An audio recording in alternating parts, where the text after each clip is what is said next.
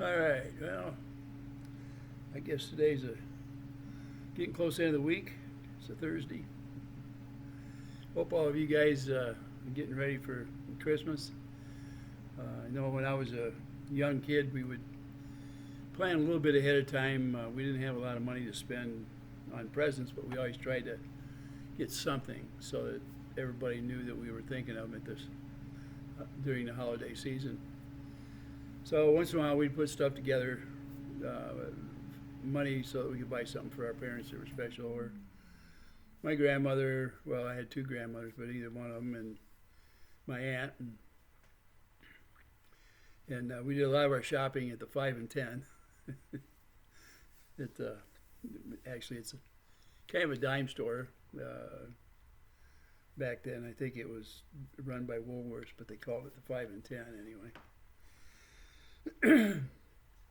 But we always had a lot of fun trying to figure out what we could buy with what we had. And we might spend hours looking and maybe not buy a heck of a lot. You come home and think about it a little bit. We were pretty conservative as kids. When you don't have a whole lot, you're a little careful of how you're spending this money.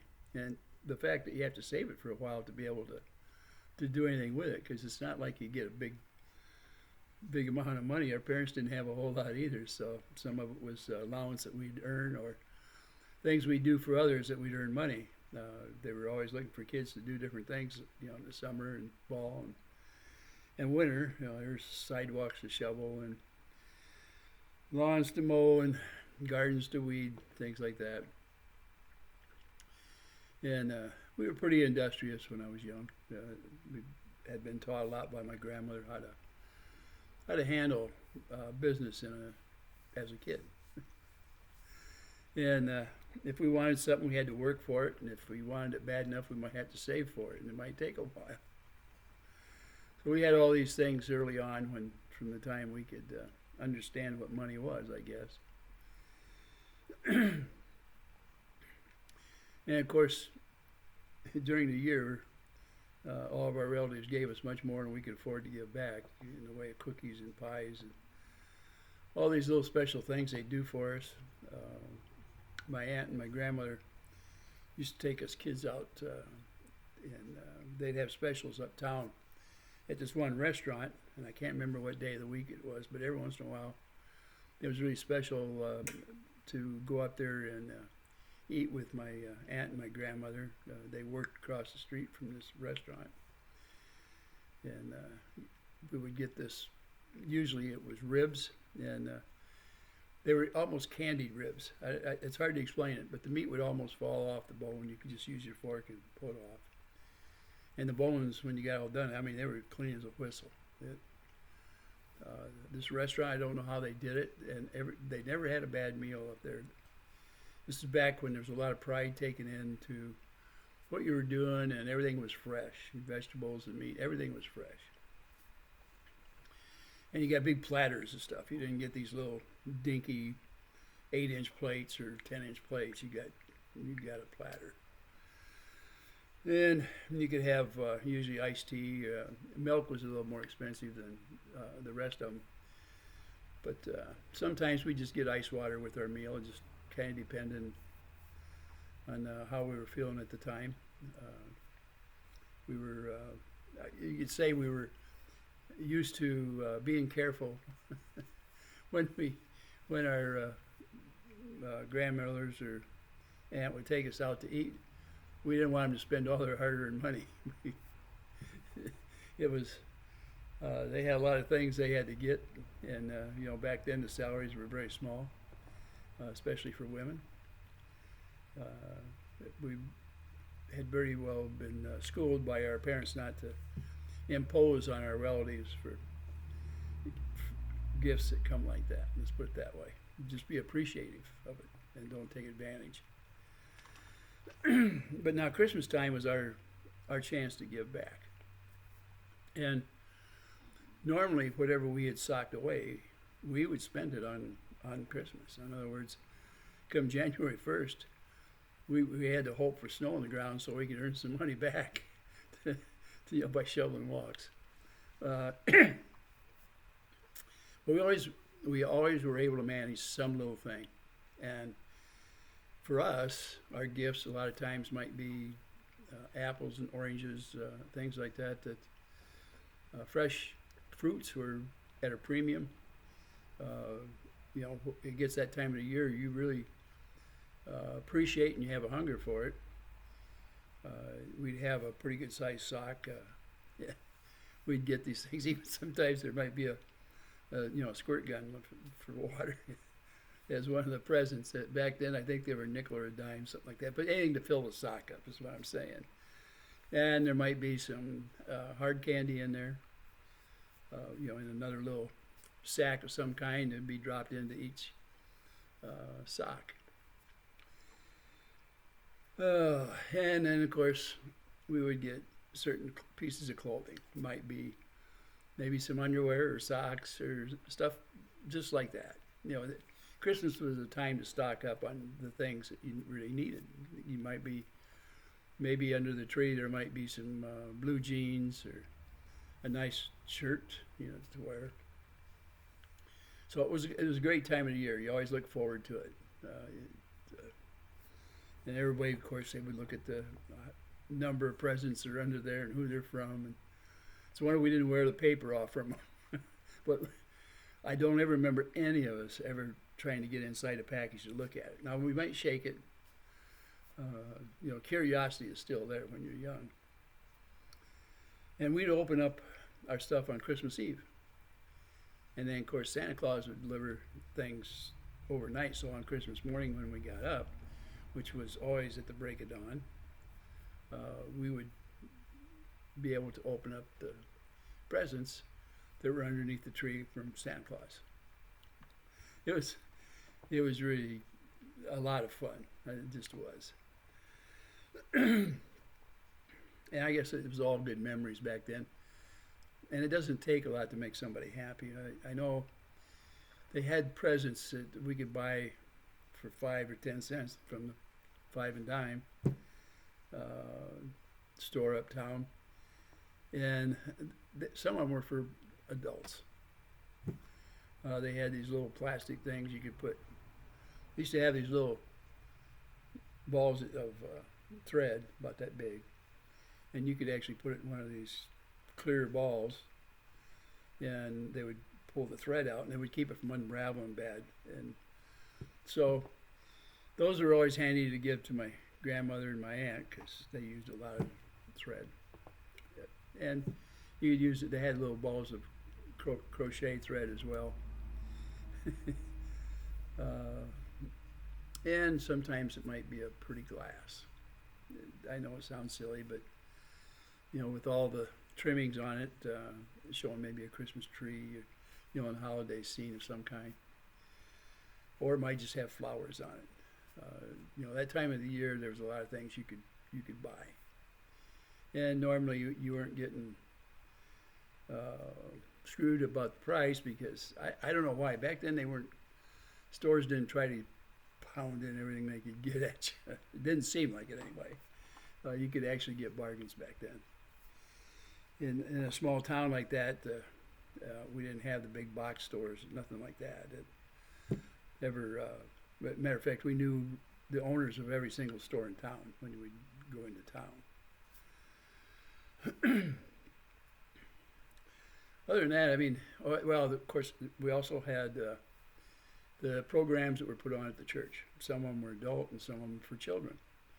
And the children ones, we'd memorize a passage out of the Bible, and then we might also be involved in some sort of a skit, and so, a story that might be in there, and it was fun. We didn't have back then. I didn't have option of going and watching TV or something like that, and it was seldom we listened to the radio. Matter of fact, there was quite a few years where there was no radio. But when we did get one, we'd sit around the kitchen table, especially on Friday night. My dad loved to listen to the fights, and so I knew all the fighters back then. And one of my grandmothers loved wrestling, so I knew all the wrestlers back then, and we even got to go and watch them in person from time to time. My grandmother was she she had favorites, and she would yell and scream like a little girl sometimes at the matches. Guys like Vern Gagne and Yukon Eric and Bulldog Lee Henning, and this goes back way beyond what you guys remember because I was so young back then. And I remember Bulldog Lee Henning, he had a bad reputation. And he was actually a real nice guy. I mean, I got to talk to him one time. But he was coming down the aisle after getting done with one of his matches, and this little old woman across the aisle got out there, and she was clobbering him with a purse. She had purse with long straps on it, and they had to grab her, pull her off. You know, the wrestling back then, I mean, you could get hurt, the wrestlers obviously, but it was a lot of it was put on. And but you still got wrapped up in it. These guys were pretty good actors back then. And then Yukon Eric was a big guy, big barrel-chested guy, and he was the crowd's favorite. And then Vern Gagne was the favorite. So whenever they were there, there was a lot of, no matter who wrestled them, they were the bad guy. The favorites were always the favorites. But we had to drive to see those matches. I think it was about an hour or something like that. And when you drive that far, that is a big deal to go see somebody. I'm trying to think what else we used to do on special holidays. I mean, besides the Christmas programs for the church and the school, we didn't do too many programs. We sang a lot of Christmas songs and things like that back then, even in the school.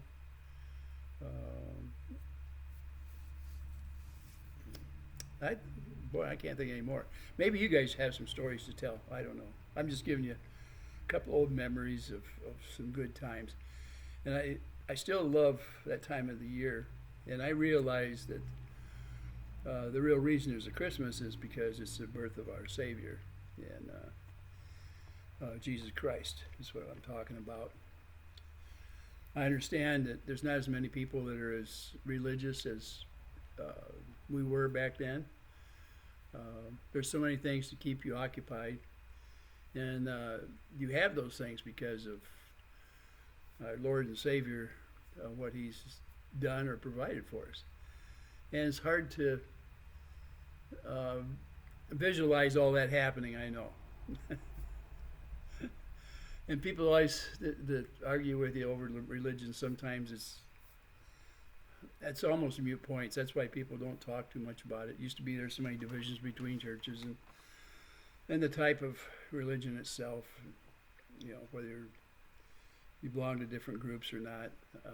Most people try to avoid confrontations when it came to that. They said don't talk politics or religion around whoever it was because some people blew up or talked too much. Or my grandmother, she didn't preach, but she didn't allow swearing or bad habits or things like that in the house. So she was very extremely religious, and you had to behave yourself. Period. There was no in betweens, no argument about it. That was a rule of the house. Then my aunts were all the same way.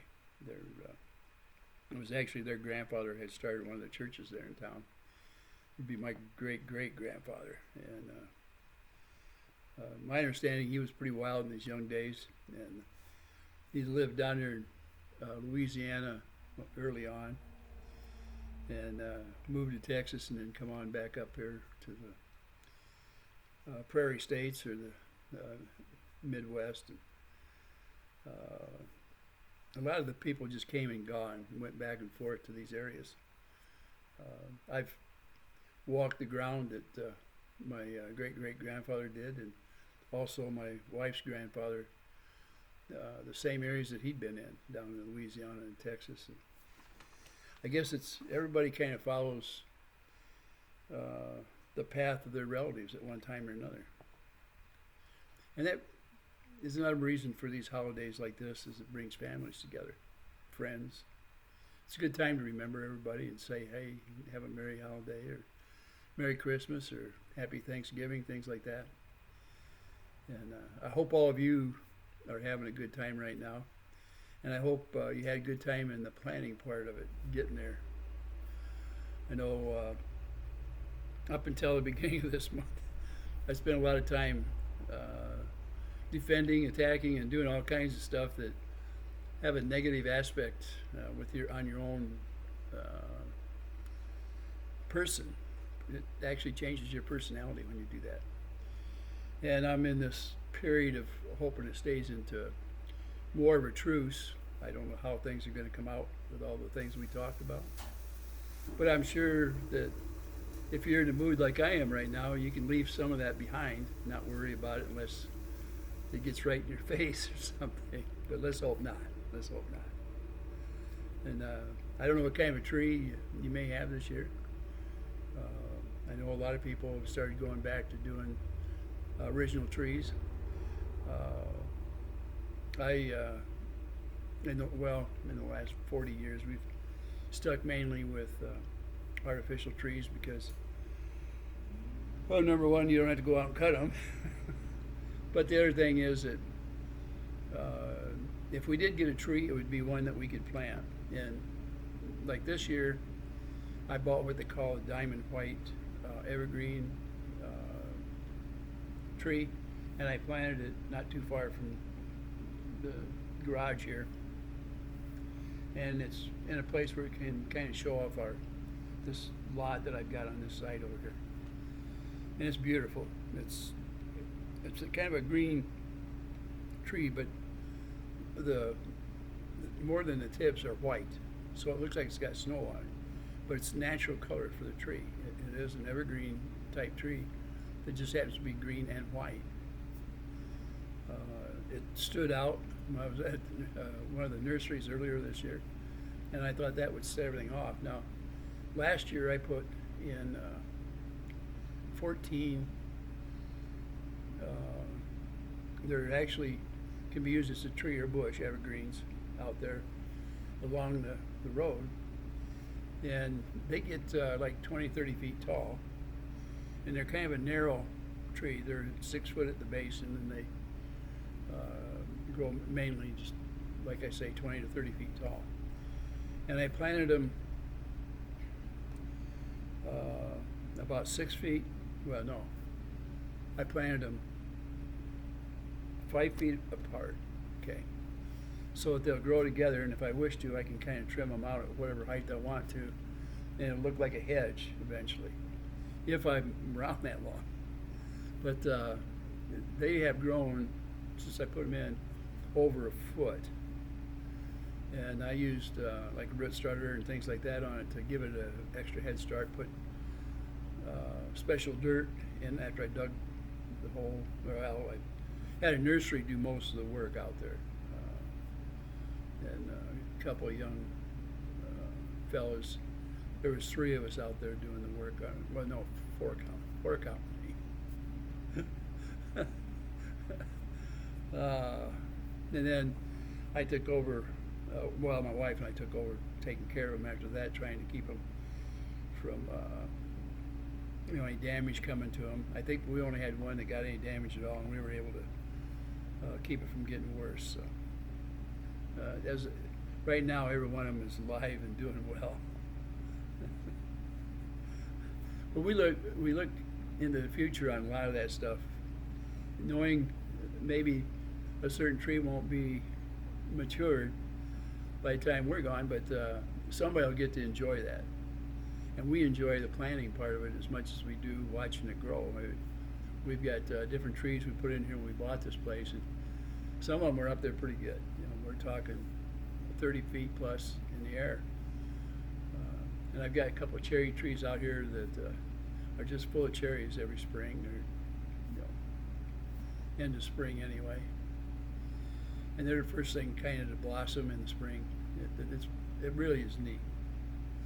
And then I still have one tree that was here when we bought the place. It was pretty sparse on stuff. No real bushes around here or anything like that. And let's see, there was actually 3 trees on this property, and tornado took 2 of them out. Who figures? I think that's about it.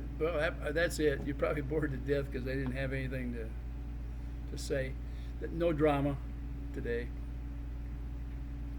I figured give you a break on drama. It doesn't mean that I'm not watching other stations about the things that we've been keeping up on this year, because I certainly do. But I'm not going to take away from them what they're doing. I'd rather you go to their channels and see them firsthand. You don't need it secondhand from me, that's for sure. But if you get a chance, go over there. Two Leaves in a Pod will be on there tonight. It's a regular night for it. Super Dave just got through with one today. He's looking at a town over there in Illinois called Dalton. He'll give you an update on it.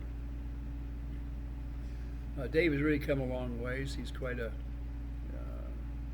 investigator, I would say, and he's able to relay the news in a nice, fresh way of doing it. That he's a young fella, and he puts a lot of enthusiasm in his channel. Psychobabble Rap. He's another channel I watch. I call him PBR. He always has a good show to put on when he does. He makes sense. He's been through enough things and he knows what he's talking about. Got Rob on Get Swamped. If you like to watch somebody catch alligators and wrestle with them, you got to go see it. This guy is sturdy enough that he can wrestle them to a standstill. And he has a son called Z. It's a tall kid and has no problem with those alligators. He's not scared to lick of them. He just jumps right on their back and puts the full force of a wrestler on them. It's enjoyable. Get Swamped. This is, again, go look at the channel. Robbie is the guy that puts it on. He used to have, I think it was Swamp Brothers on Netflix. He was on there for a few years. Pretty well known. And he lives down there in Florida. And he's a volunteer that goes out and gets these alligators that are nuisance ones and captures them. He's got a rescue farm that he has a lot of different reptiles and animals on it. You'd be surprised how many things he's got, but if you enjoy wild animals and reptiles, I'd recommend going over there and looking at it. And especially during the holidays, you can appreciate what this fellow has put together. And I'm trying to think what else. I hate to go over these things because sometimes you forget about when you call a couple people out. You don't want to leave anybody out. And you hate not to mention something from time to time. Makes you feel bad when you do forget somebody. My subs, if you look on there, as a rule, they very seldom are fighting with somebody or backbiting or things like that. They're good people. I've tried to keep some of the bad ones away from the channel if possible. Sometimes it's disturbing to have somebody that is on the attack all the time. Let's put it that way, because it's so hard not to get back into that same attack mode. It's very catchy. So if you can smile, one of the problems with keyboard warriors is you can't reach out and shake hands.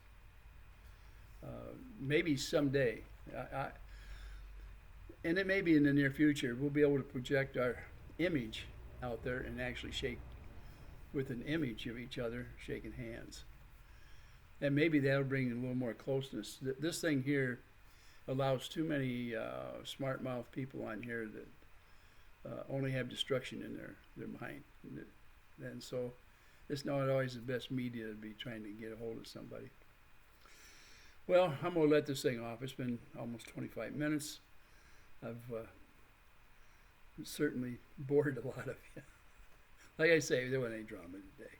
It's just it's the holidays, and I don't expect to have any real drama coming up on here till we got to get past Christmas before I'll even entertain getting in a dogfight on here of any kind.